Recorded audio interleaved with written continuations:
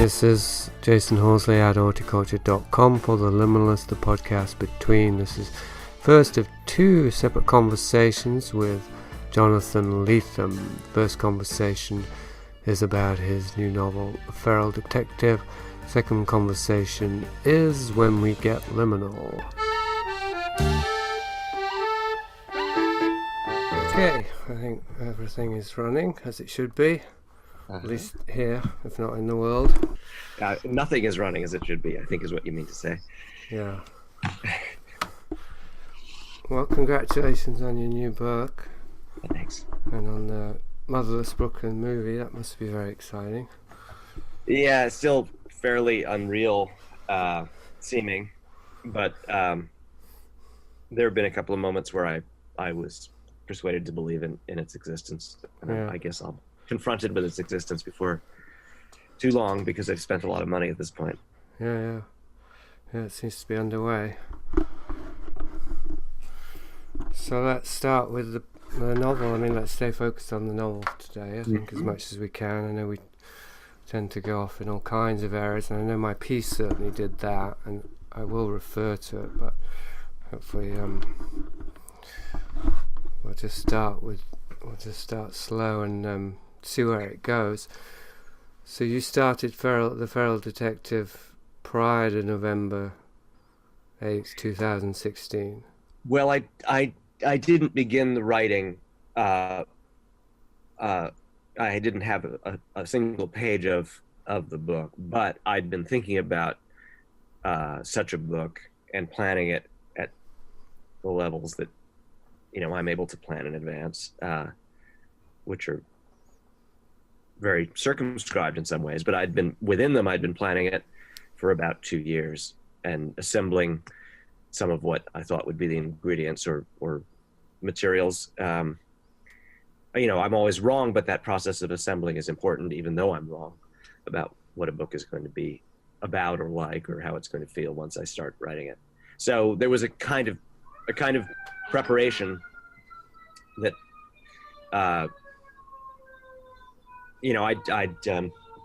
sorry, there's a siren going past. Very rare here in Claremont.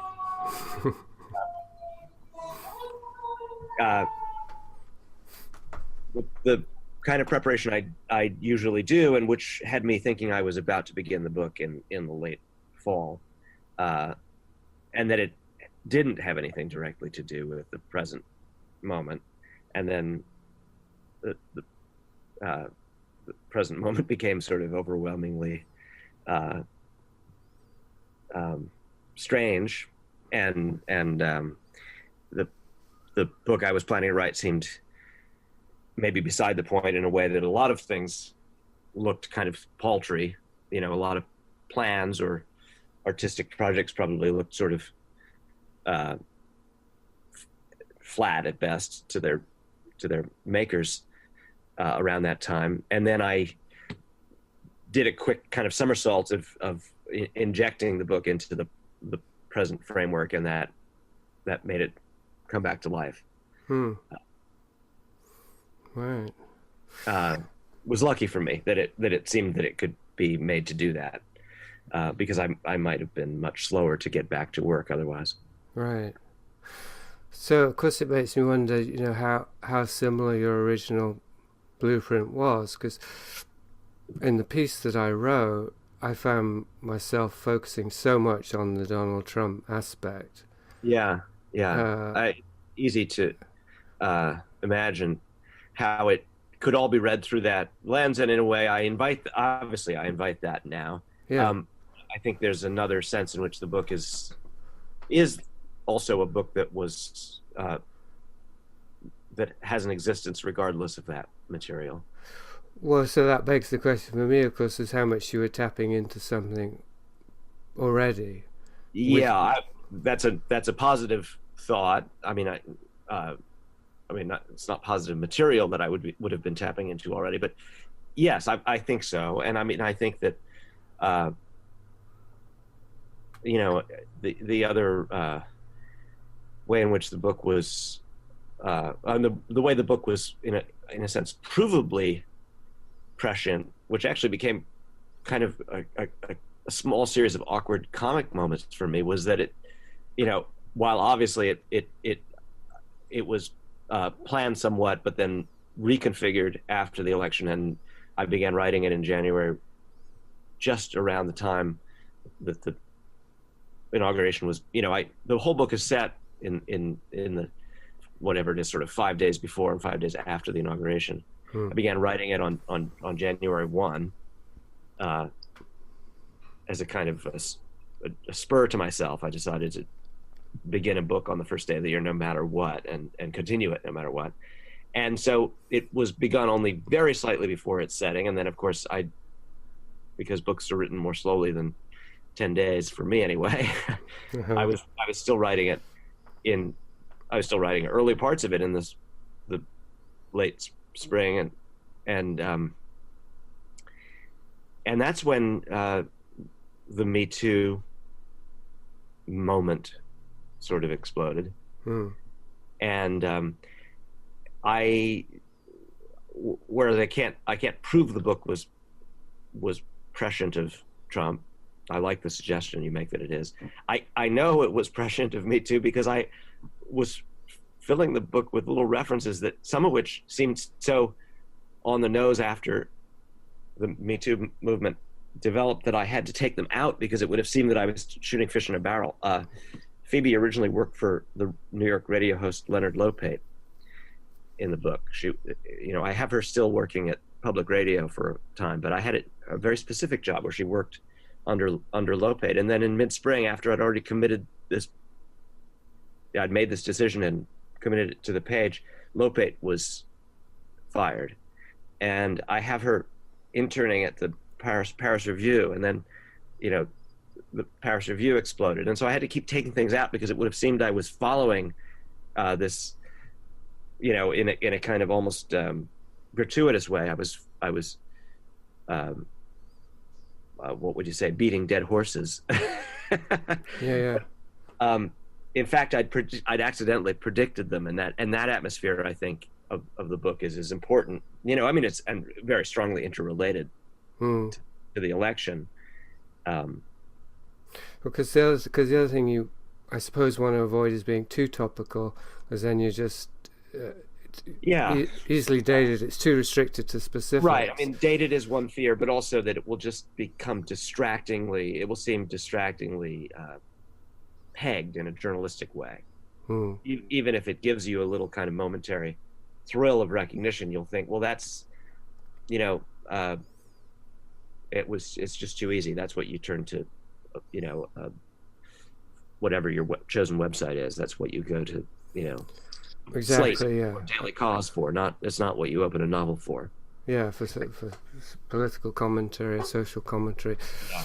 And what I became aware of writing my response to your novel, which is, I think, the best description of what it is whenever I seem to write about your books, they're less reviews than responses.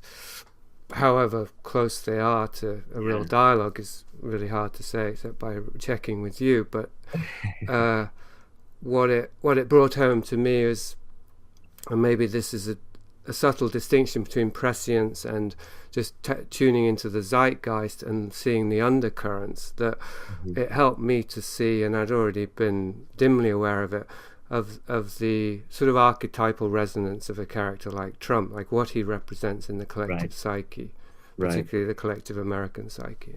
Yeah. Well, and what he participates in as in the collective psyche, and also the peculiar ways in which he advances the image or makes it baroque or makes it curdle into something slightly new.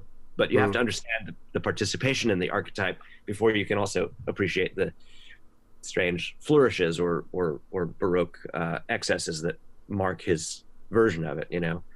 I mean, Greil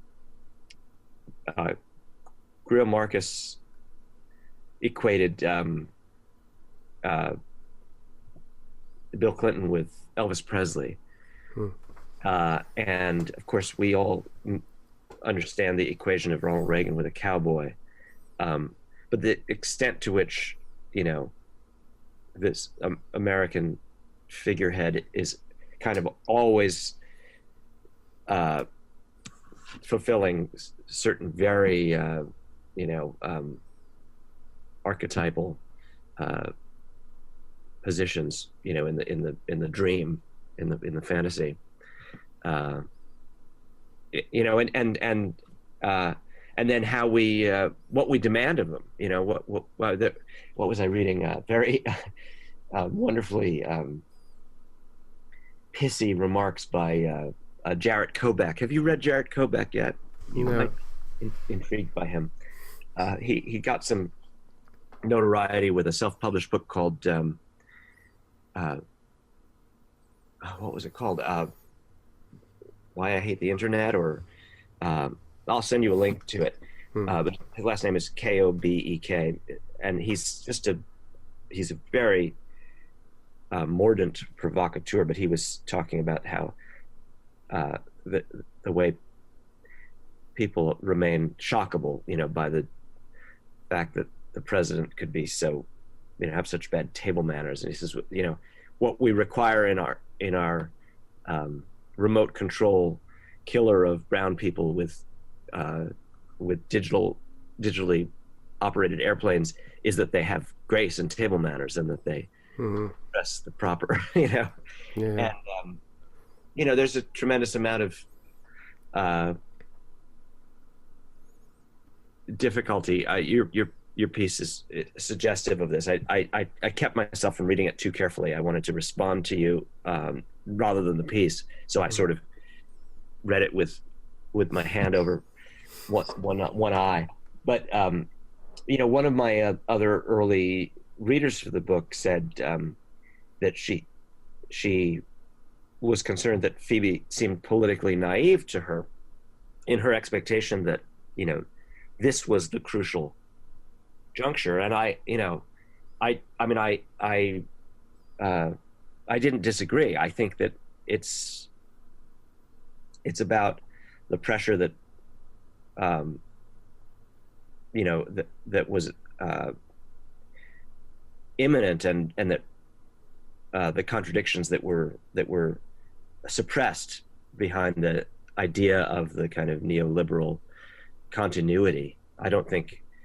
In many ways, I don't think our situation would be any better had Hillary Clinton prevailed, and perhaps not even had Bernie Sanders prevailed. That it is about things that predate Trump and predate or that transcend the matter of who is occupying the office of the presidency, and that fixating on that image is a diversion to a large extent.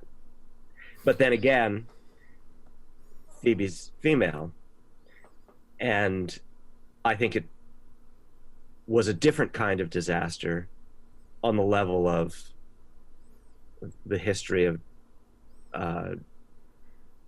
gender politics, or the history of feminism, or the history of the exposure of the patriarchy. And so on the one hand, in terms of a kind of political policy nightmare, it's really just a disambiguation, or a de-sublimation of what was already before us. But on the level of the refusal of the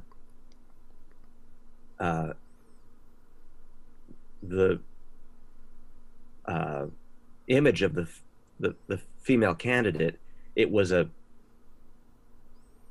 blindsiding,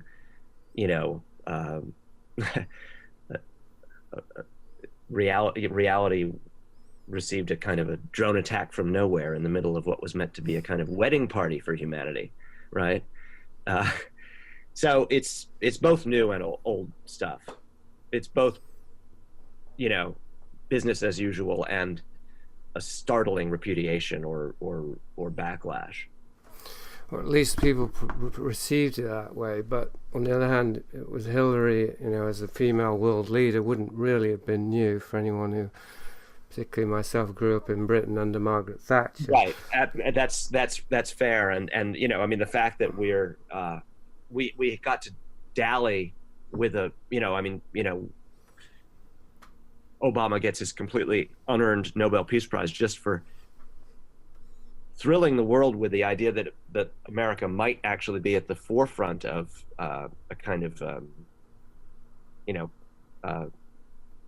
emancipatory post-racial moment, and it's quite humiliating to be reminded, but it's so obviously true, as you so casually and easily do it, that we only got that one little jolt of getting to pretend that because yes, of course, there's India and England and any number of other places have accepted the possibility of female power, and of course power turns out to be power in the in the traditional sense when it's once it crosses that gender boundary. But the symbolic fantasy of a kind of another, what would you call it, kind of crescendo of egalitarianism by electing a woman to the presidency of the United States was a shattering repudiation for people who felt invested in that part of it. And in a way, quite its symbolic elements were quite beautifully isolated by the fact that Hillary was so otherwise such a ordinary neoliberal hawk. Right. And not especially womanly, really, in terms of, so we don't necessarily want to get pulled down the political rabbit hole, because there's obviously, it's beyond either of our scope, but also it'll take us further and further away from the novel. But staying on this question, the female avatar, how early did you know that you were going to write a first-person female character? Well, it was as elemental to the conception of the book as my certainty that I could write a book, because I'd been thinking about ferality in various ways for quite a while before centering it, and having an idea of how I wanted to isolate it. One reason it was a problematically baggy or it was an idea that centered my interest, but also I couldn't find the edges of that interest. It was too general. Was that I think in a way I have already written about ferality. That in a way urban feral children are the subject of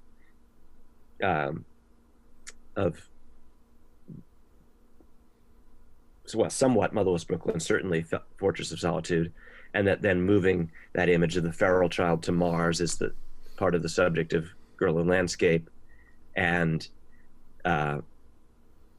it's an image of enormous identification for me, both in its corniest archetypes, Tarzan and Mowgli, and then also in the specific peculiar stories of Caspar Hauser and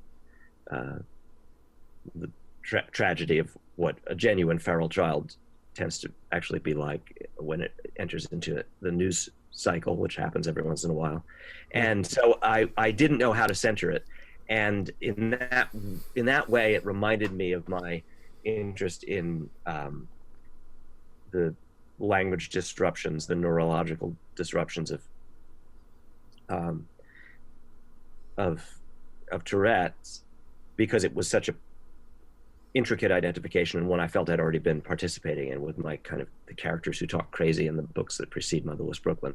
And so I thought, almost in a very mechanistic way, I thought, well, how did I handle this material that's too inextricable from my preoccupations already to find the edges of? I handled it by making a kind of a funny detective. So maybe I'll make a funny feral detective. So then I'd gotten that far into the idea, and I was centered on this idea that there would be a detective who'd been a feral child, but I couldn't get that off the ground. It still wasn't really an idea that I believed in for a book until the moment that I had this next thought, which is, I'm not going to do him in his first person. I'm going to do a hard-boiled first person, but it will be the client. You know, I mean, the classic hardboiled detective story starts when the woman walks into the detective's office and engages him in the case. And I like those formalities. It's like a sonnet. It's like has a precision, you know, that as with other genre, exoskeletal structures, it gives you this wonderful thing to play against. It's like being a songwriter and insisting that you're going to do verse, chorus, bridge, verse, chorus. It's you know where you are, and so it can organize chaotic material and also just give you the pleasure of engagement with these tenacious formal structures. So I thought, I'll do the hard-boiled detective scene in its pure sense. The woman walks into the office, except what's funny about that scene is that you always stay with the detective, and the woman is sort of parked. She has to wait for him to call and say what's happening in the case. Where is that woman during that time? I mean, in some stories, she's secretly the problem. She's the femme fatale, so she's off doing other skullduggery. But in many cases, her existence seems to just go into kind of a neutral mode. And so I thought, well, wouldn't it be funny to walk out of the room with the client instead of staying with the detective and go to the hotel and wait for the detective to call? You know, what would that do to a book? Mm-hmm. So suddenly I was with Phoebe instead, and I realized that now it's a book. So it was when I invented her and the notion of giving the hard-boiled first person to the client instead of the detective, and letting Heist remain kind of a figure of projection and puzzlement. You know, one thing I did see reading your piece through my fingers was you said that Heist really remains a kind of a cipher figure, or like a black hole. And I think that's true. I mean, I honestly I might at some level have had a desire to uncover him further, but the book itself didn't turn out to be a procedure that made that happen. And then I realized I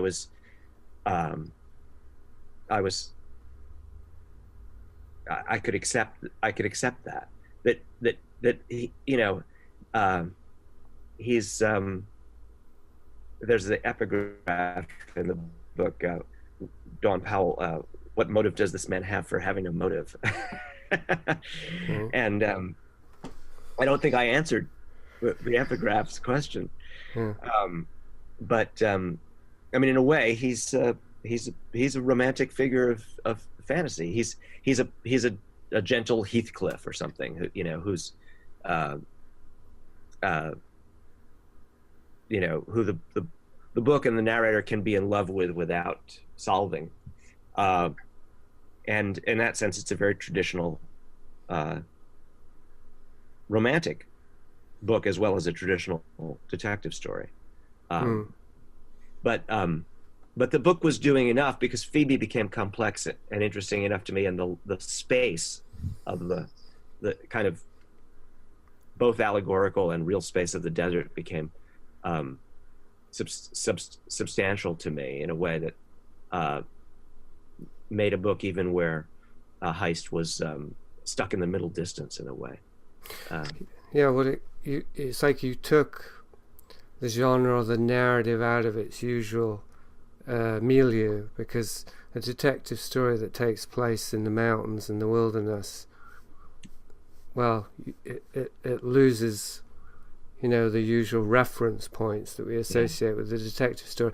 And it didn't really feel like a detective story to me, even though it's called The Feral Detective and there's a detective in there and they're trying to solve a case. It didn't have that feel to me.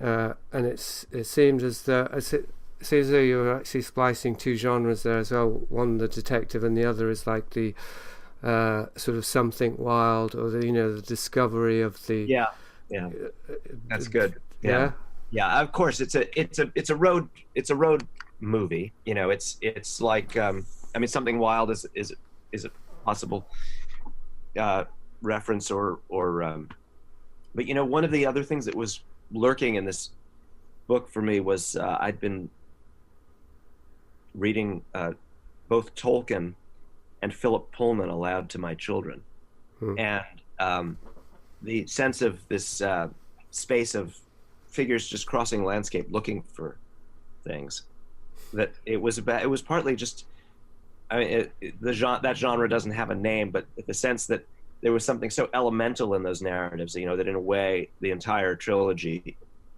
in both cases is just this sort of long walk across space. And I wanted to put these characters into a relation to planetary space, to the you know, because of the way the desert isolates and heightens certain definitions. You know, it turns people into allegorical figures because of the emptiness around them. And so there was a, you know, yeah, of course I started with the beginning of a detective story, and then I subtracted things. I subtracted the city. And, you know, I mean, almost in a way that's almost like a joke, I subtracted the houses. The people are living in a unbuilt city in the desert, you know, in bare space. And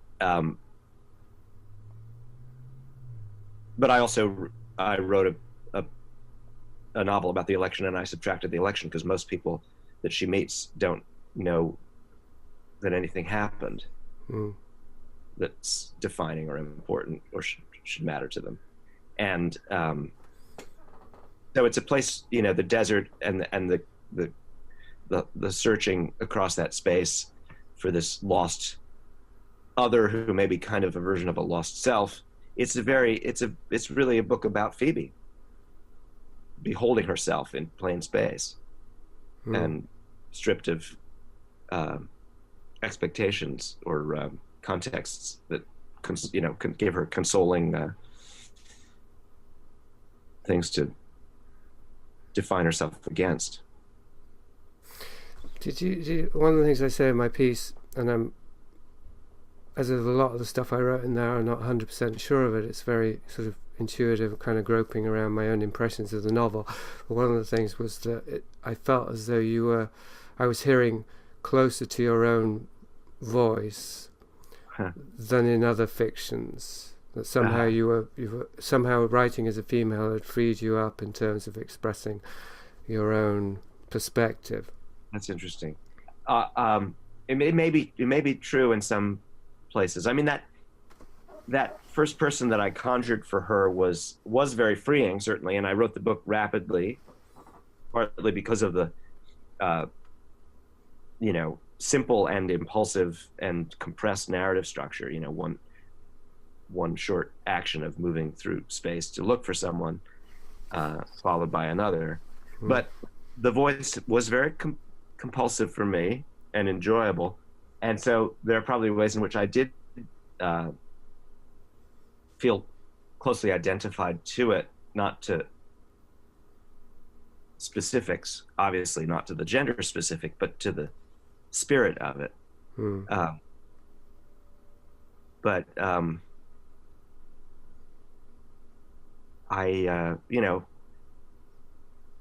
also paradoxically, I'd say getting to be Phoebe was a relief from being me, and it was an enjoyable book that I wrote quickly, partly because I was so relieved of thinking as myself because I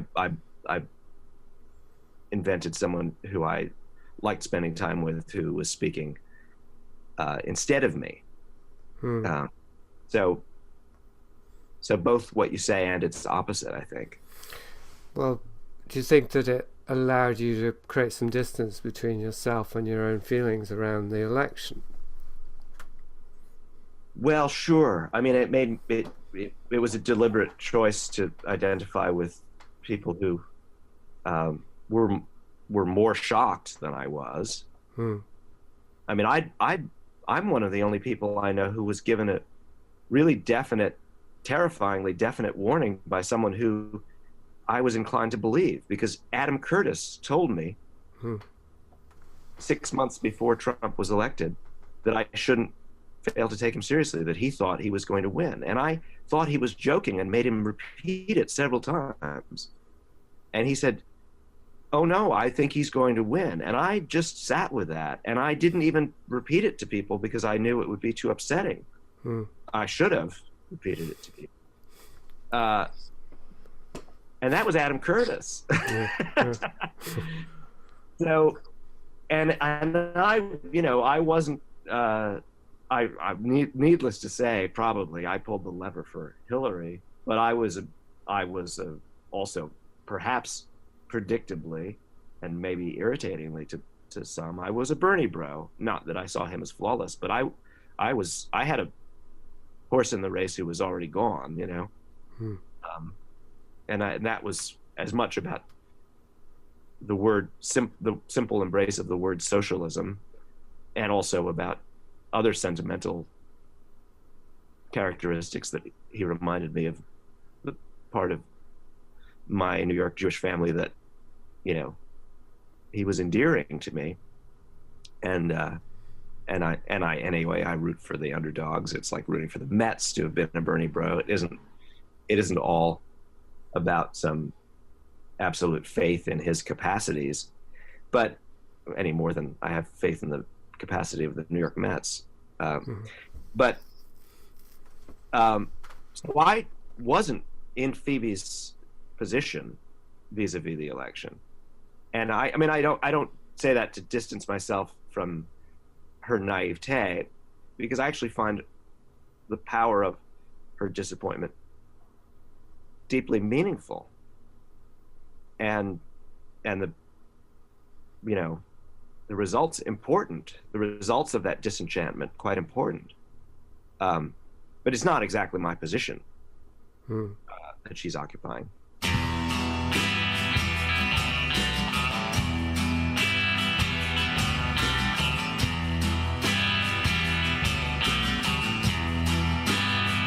know you had enough, so I call your bluff. While you wait for me to anoint you, I haven't got a clue what I'm supposed to do,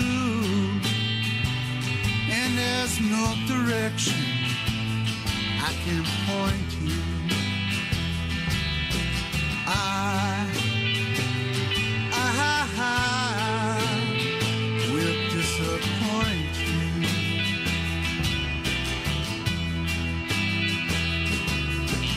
I will disappoint you.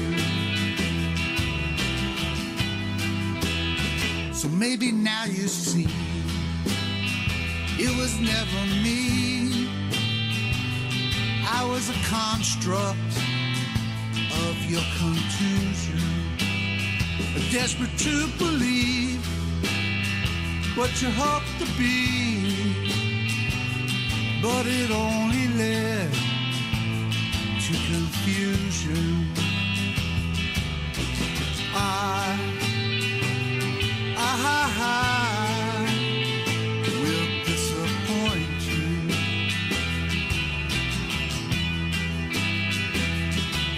And you will disappoint me.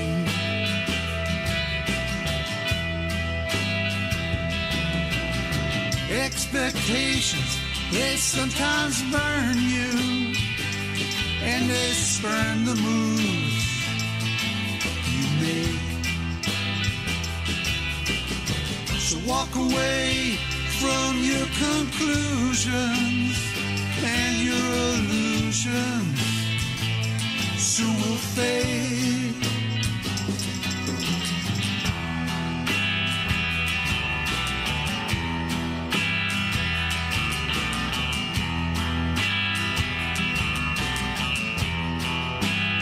So take me as I am, I'm doing what I can,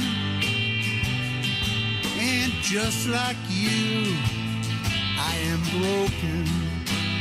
I'm trying to make a stand in my house of sand, and my eyes once shut now are open. I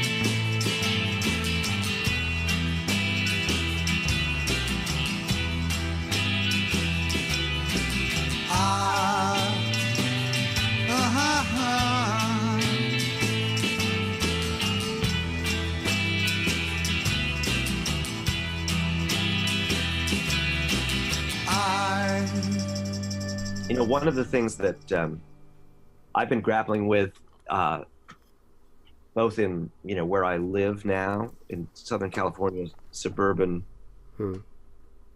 sprawl, and in not being in New York City, and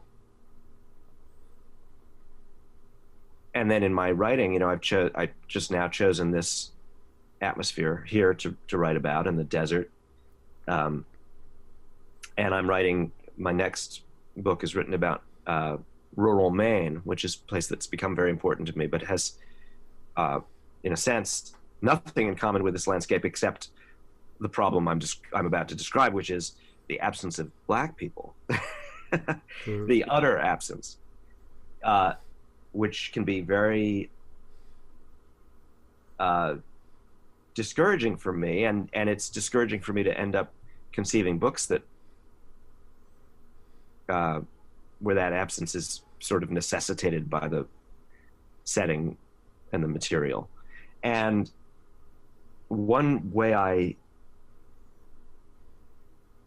inoculated myself against this, that kind of demoralization, look, here I am, the person who wrote Cicero Lookins, and the person who wrote Mingus Rood, and the person who wrote Barrett Rood Jr., and now I haven't, there's no one in the last 5 years of my fiction writing within shouting distance who's there's a little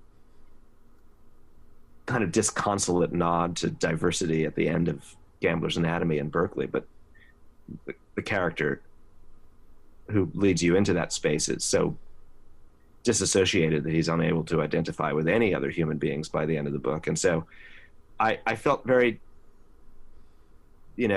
probably, demoralized, and also in a sense, potentially defensive, because instead of shoring up my, in this time when the question of, identification, empathy versus appropriation of identity in the arts is so fraught, and I really feel that I developed my capacity to compassionately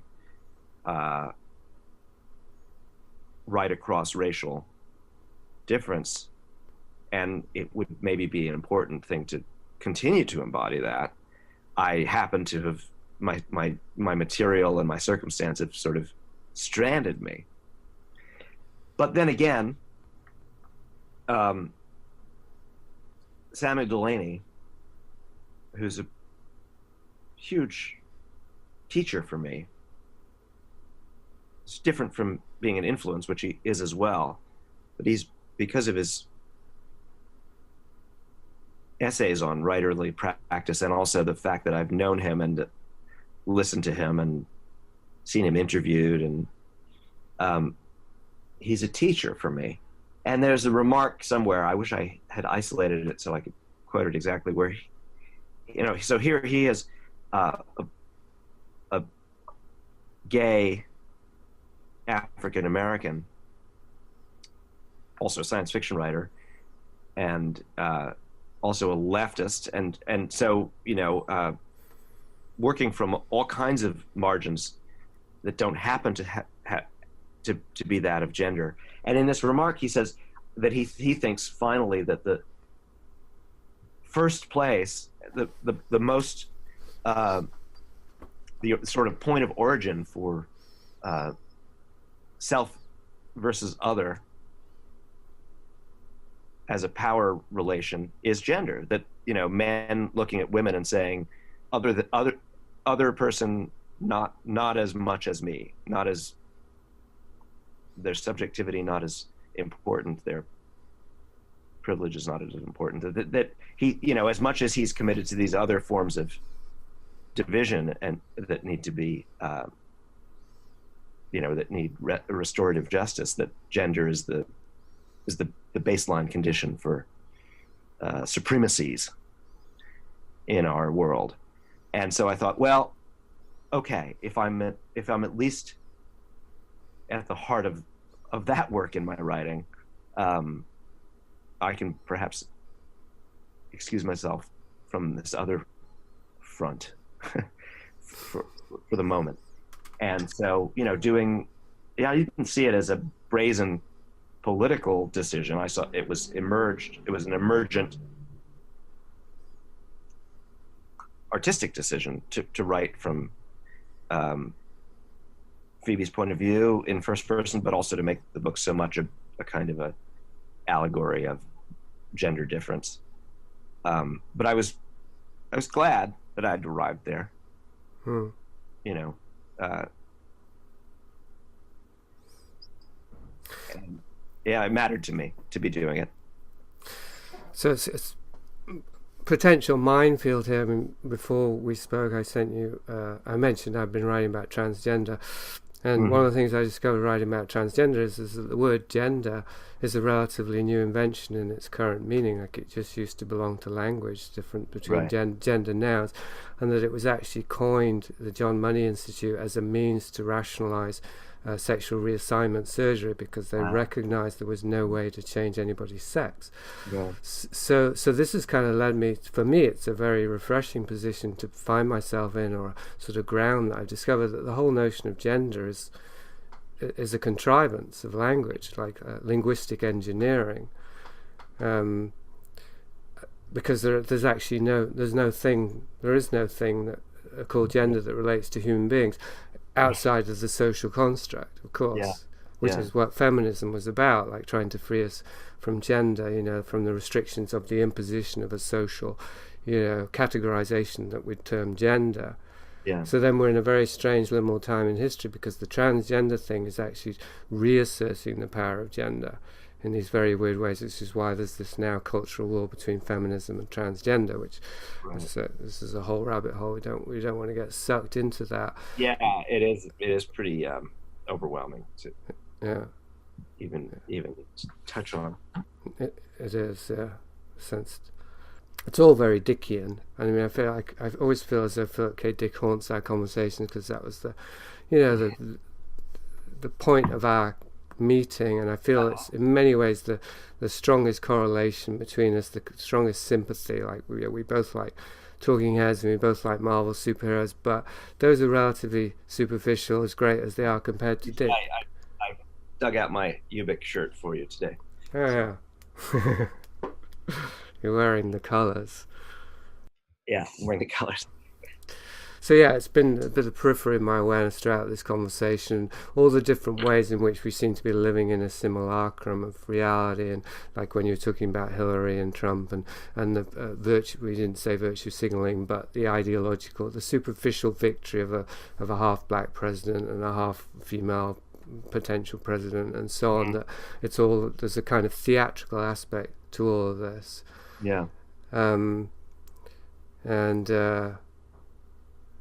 I had a continued thing there. Well, the gender thing, of course, is very Dickian, in the sense of this shifting definitions of reality that we're trying to navigate.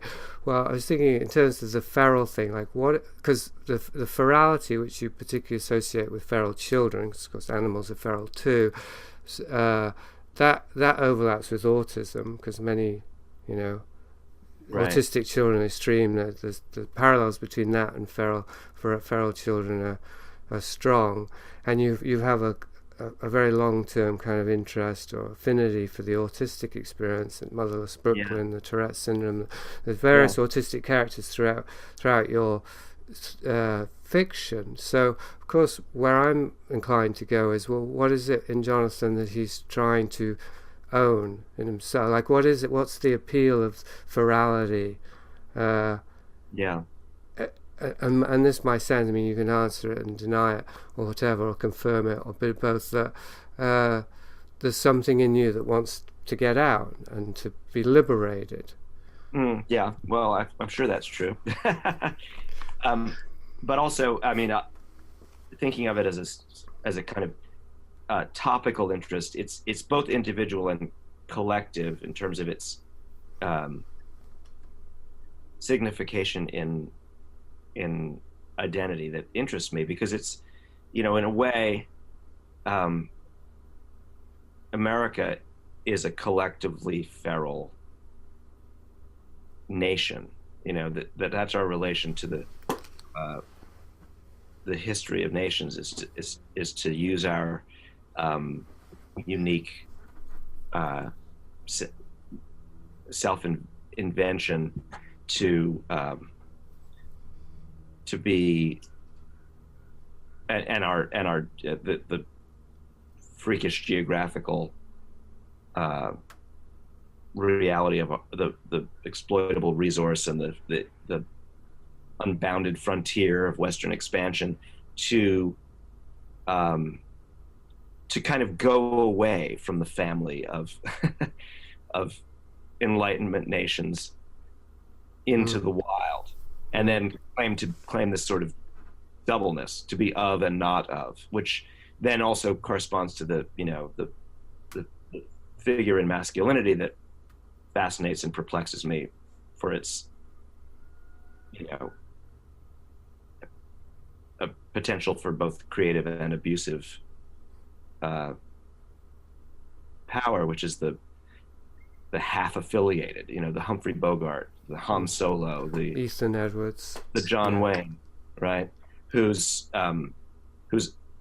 capable of rescuing civilization, but is ambivalent about its shackles and sets back off into the territory after enacting the rescue, or has to negotiate this ambivalence, which is also ambivalence, of course, about families and about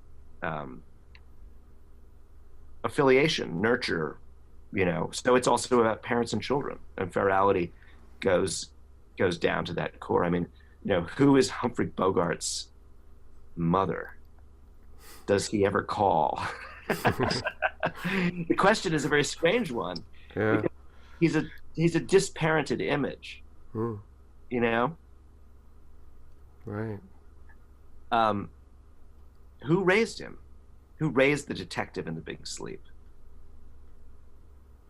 There used to be a woman in Berkeley who would come to every reading. That she was in a very Berkeley way, she was a sort of a official crazy person with an official role. She would sit in the front row at Cody's books, and I knew this because I would go to see different writers who I was interested in at that time come, Paul Auster or Martin Amis come, and she would sit rather angrily through their reading and have her hand up first to ask the first question, and the first question she'd ask every time was, "What does your mother think of your books?" It was always presented as sort of like indictment, and so then when it became my turn, and I was finally published, and I gave a reading at Cody's, sure enough, there she was in the front row. And she had her hand up, and I called on her, knowing what her question would be. She said, "What does your mother think of this book?" And I said, "Well, my mother died when I was young." And she got very disconcerted and confused. But so orphanhood, ferality, masculine, heroic non-affiliation. I mean, I don't think it's that, and also, right, neurological disaffiliation, autism, the character who is the freak of circumstance and embraces it, the paradoxes of the superhero, who's both an outcast and a savior, both of the society, and has a secret identity, and is a fugitive within the society. All of these things that are emblems of how identity constructs itself in a society such as ours that have interested me can also be called up in this image of the feral, although we associate it with natural environments and animals, which should seem like it's not my subject, that I'm a writer of cities and urbanities and civilizations and class, structures. But the feral is actually not of the wild. The feral is of the edge. Liminal, yeah. they're even Mowgli, you know, sort of goes and looks at the people living right at the edge of the forest. That the wilds in the Jungle Book are bounded very strictly by the presence of the social. So is the word feral, was it coined for human beings in that way? I didn't research the word in that sense. That would be quite interesting, just as you spoke of gender now. I can't account for it. Yeah, it's a great word. With that, the archetype you're referring to, the John Wayne, the Clint Eastwood, the Western hero archetype, which is obviously so central to the American self-image. That, and this comes up in True Detective. Did you see True Detective season 2? By the way, was there any conscious reference there? I did. Yeah. I was a little more skeptical of it than you, but that writer's energies are very enthralling and strange. I'm the weird person who started with season 2. I never saw season 1, so I should go back and look at that. Okay, well, that was what I was actually referencing. I just wanted to ask about season 2 because I like to champion it. But in season 1, there's a line there about how we need to be bad men to protect the community from worse men than us. Right. Well, that's the central thing. That's like a desublimation of the John Wayne figure in like something like The Searchers. Yeah. Who you know, when he comes between the settlers and the Native Americans, the Indians, he does so on the principle that he knows and is complicit with the ungodly ferocity of the natives in a way that he's protecting everyone from. And it emerges, I mean, I think between the lines in that movie that he's an unrepentant Confederate soldier as well. He wasn't there at the surrender, he says. Right. Well, if you weren't there at the surrender, then you're still in the war. So he's a figure like Japanese soldiers on the islands, you know, still fighting World War II deep into the 1970s. Right. Another kind of ferality is the traumatized soldier who's returned from the battlefront to civilization, but is Travis Bickle. Yeah, Travis Bickle, exactly. Yeah. The shell-shocked veterans of World War I, you know, and again, I'll remind you, as I must have done once before, that the secret identity lurking just under the skin of the hard-boiled detective is that he is a returning World War I veteran. He wears a trench coat. He's returned from trench warfare. That's why he's unsuitable for conventional romantic attachment, and why he has special powers that enable him to cut across the hypocrisies of the social order, because his trauma is his superpower. Right. Oh God, that again.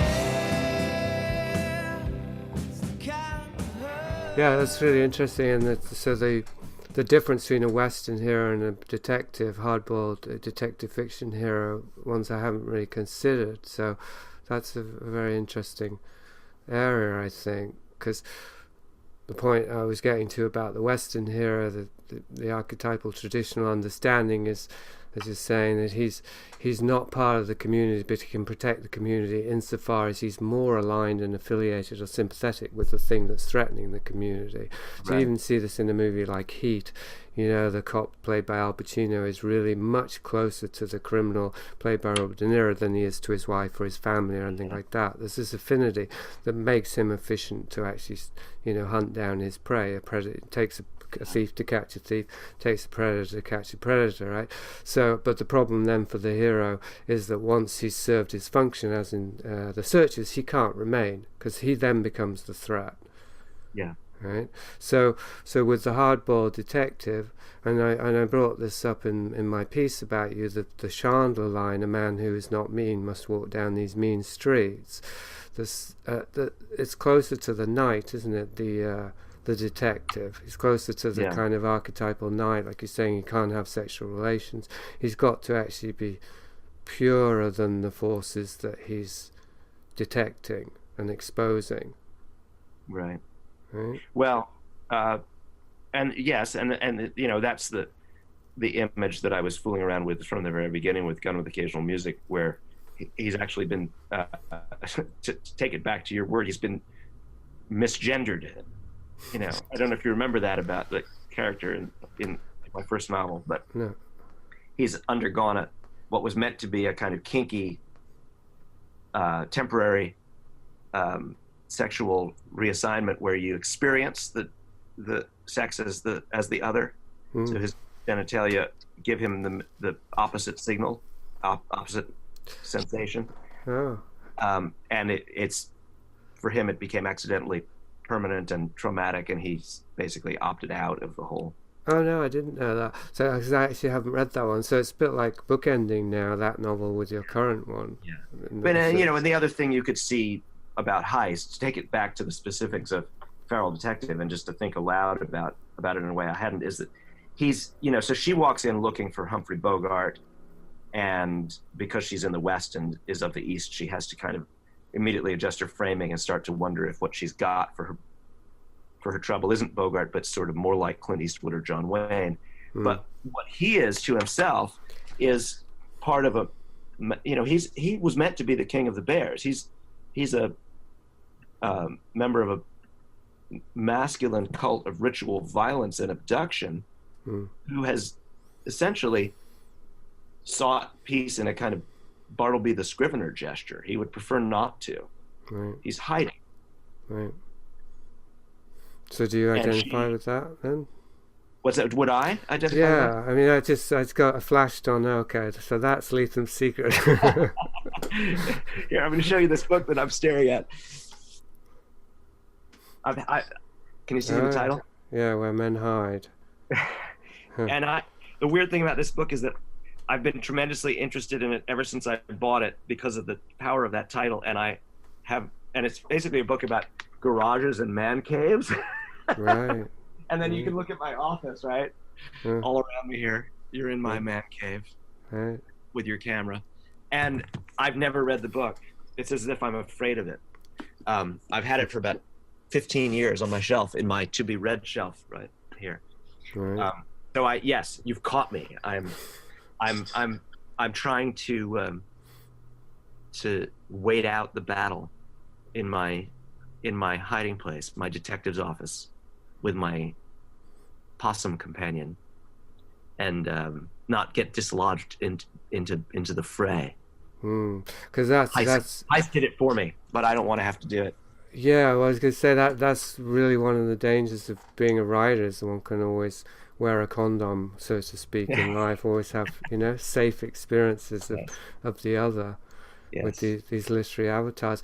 And I have to say, we'll probably have to wind up now, but hopefully we can pick it up. But it's a sensitive thing for me, having a relationship with you that I have, is that I feel as though I actually wander the wilderness, on the margins as a relatively unknown writer and with no family and no real job except the thrift store, nothing to protect in that regard. Like, I can write about transgender, I can write about what the hell I want, I can be as politically incorrect as I want, and confront some of the Dickian underlayers of reality, as I do, but that wouldn't be safe for you.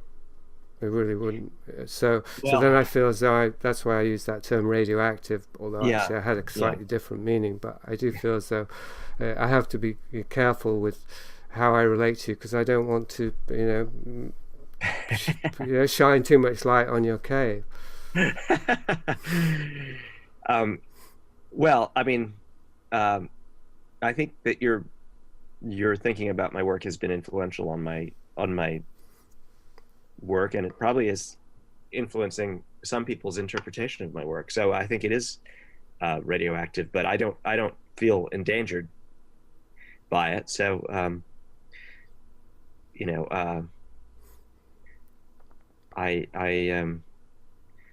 I just of course, in your formulation, I want to resist the idea that my operations mostly proceed from within a cordon of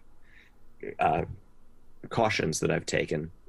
I might just be more conventional than you wish I was. Well, yeah, I had to say. Sorry? Rather than more careful, I might just be more conventional. Yeah, I know, and I have to wonder. I mean, that was one question I wanted to ask about my piece, but maybe you'd need to read it again to answer. But how much am I projecting here? Because I'm thinking that I'm seeing hidden meanings, and whenever I write about you, I'm discovering what I think are hidden treasures and coded meanings and stuff. But there's obviously a perennial question. Maybe I'm projecting a lot of this stuff. Well, I think of a book, maybe particularly a book like Feral Detective, as inviting hidden meanings into its space. So it's not an either or of projection.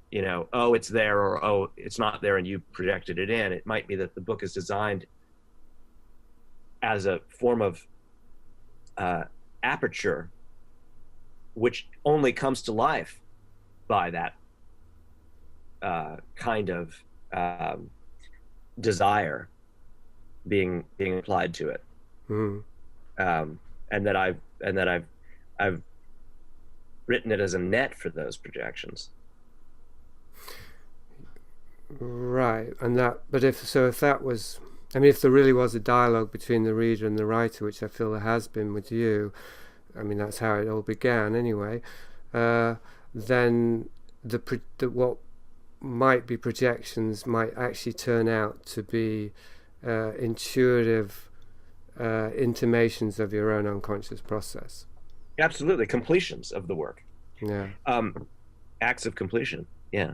I mean, one thing that an editor said about this book was that it seemed I was moving towards a more symbolist style, and I think that pleased me, even though I think there was an expression. It was meant neutrally, not as praise, like, oh, look at this attainment. It was just a neutral observation by an editor who, in some ways, I think was also expressing some reservations, or had yet decided whether they thought this was a major success for me or a transitional work or whatever. But I took it as a description in a way of this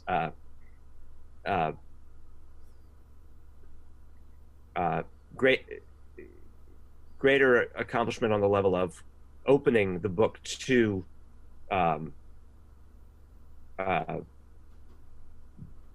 interpretive space. That it was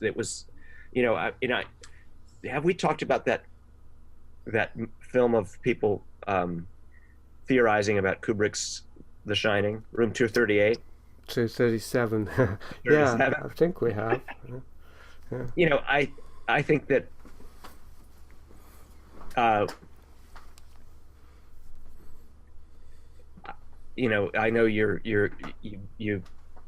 Kubrick is a real problem for you, but I think that one of the things that I like about it, which I could also say I like about Fear of Music, is that the better Kubrick films, the ones that I go to again and again, and The Shining, unexpectedly, given how I first felt about it, has been one of those, is that, and Eyes Wide Shut is very much one of these too, is that they seem to become vehicles for dreaming and thinking and theorizing in a way that's they have exaggerated properties for this, and I would love to create work that I mean, I don't know from my side whether that's really becoming more the case, or whether it's the case at all, or the comparison is just a fatuous self-flattery on my part. But anyway, that was how I took this editor using the unusual word of symbolist to puzzle over Feral Detective. Was I thought maybe I like that because that catches that's someone's slightly hesitant description of this projection inviting capacity that I'm interested in. Right. Well, it's one of the things that I was exploring with the Kubrick was to what extent was Kubrick aware of that possibility and seeding it in his audiences so that they would begin to look at his works more and more with that kind of eye, and then that would amplify the signal. And I think I've observed that with you, because I don't read I don't read novels by anyone but Jonathan Lethem, actually, because I just don't read fiction anymore. And so, but even if I did, I read a novel by you in a very different way, because we have this on again, off again dialogue. So so I can't even say myself I'm not a good control, because I'm not sure how much I'm finding things I wouldn't find and even planting them in there. Right. Because I'm reading on that level, but that's maybe a moot question anyway, because every writer has an unconscious, and the unconscious is always trying to communicate something through symbols. So then I think it comes down to this thing I read about the mirror neurons, is the brain state. You know, what brain state are you in when you're writing that novel? Obviously only you can know that, but I think because you and I have a dialogue, I'm more adept at tuning into your brain state when I'm reading it, because I'm already connected to you. So, and what I get from your novels, and I was more aware of it, more conscious of it this time, is, oh, well, Ethan seems to be working on a problem here, and it's more than just the problem of finishing the novel.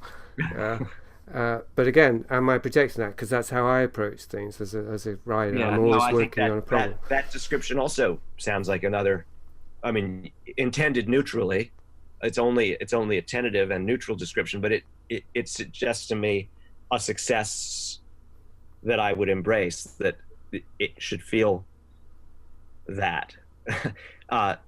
Though you might not be able to name the problem exactly, and I might not be able to name the problem exactly, that the book has that atmosphere and invites that sensation in your reading.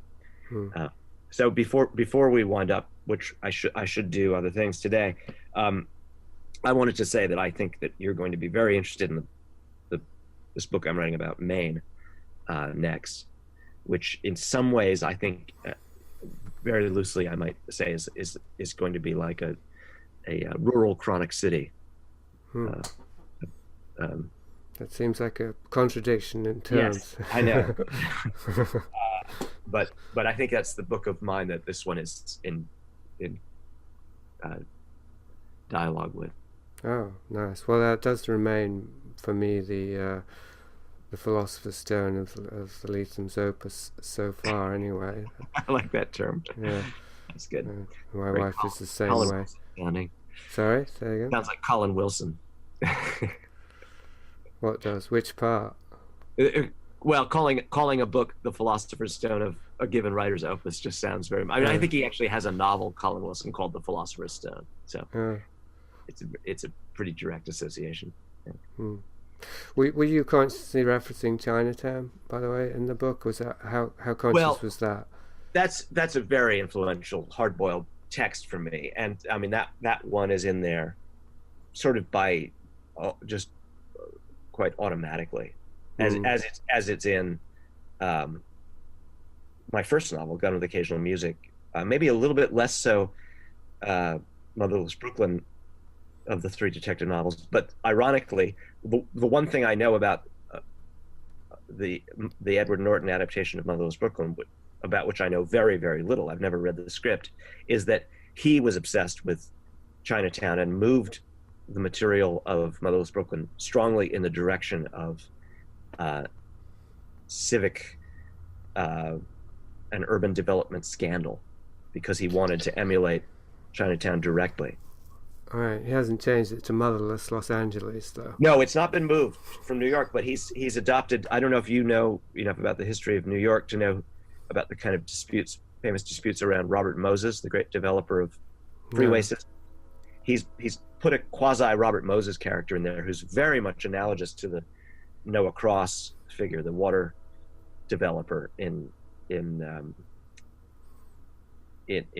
Chinatown. Right.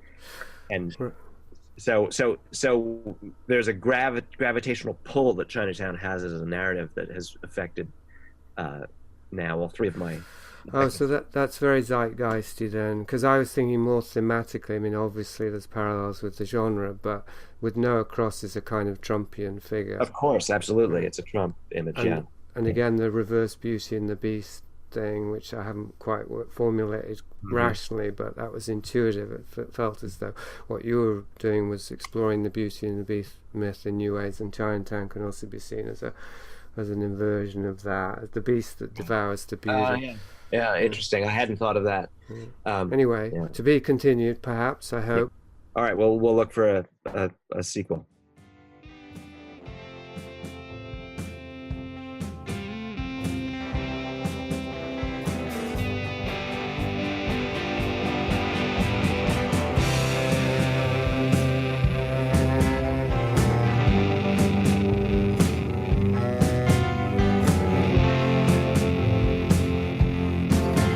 That's the end of my first conversation with Jonathan Lethem, and the second conversation I had was very different.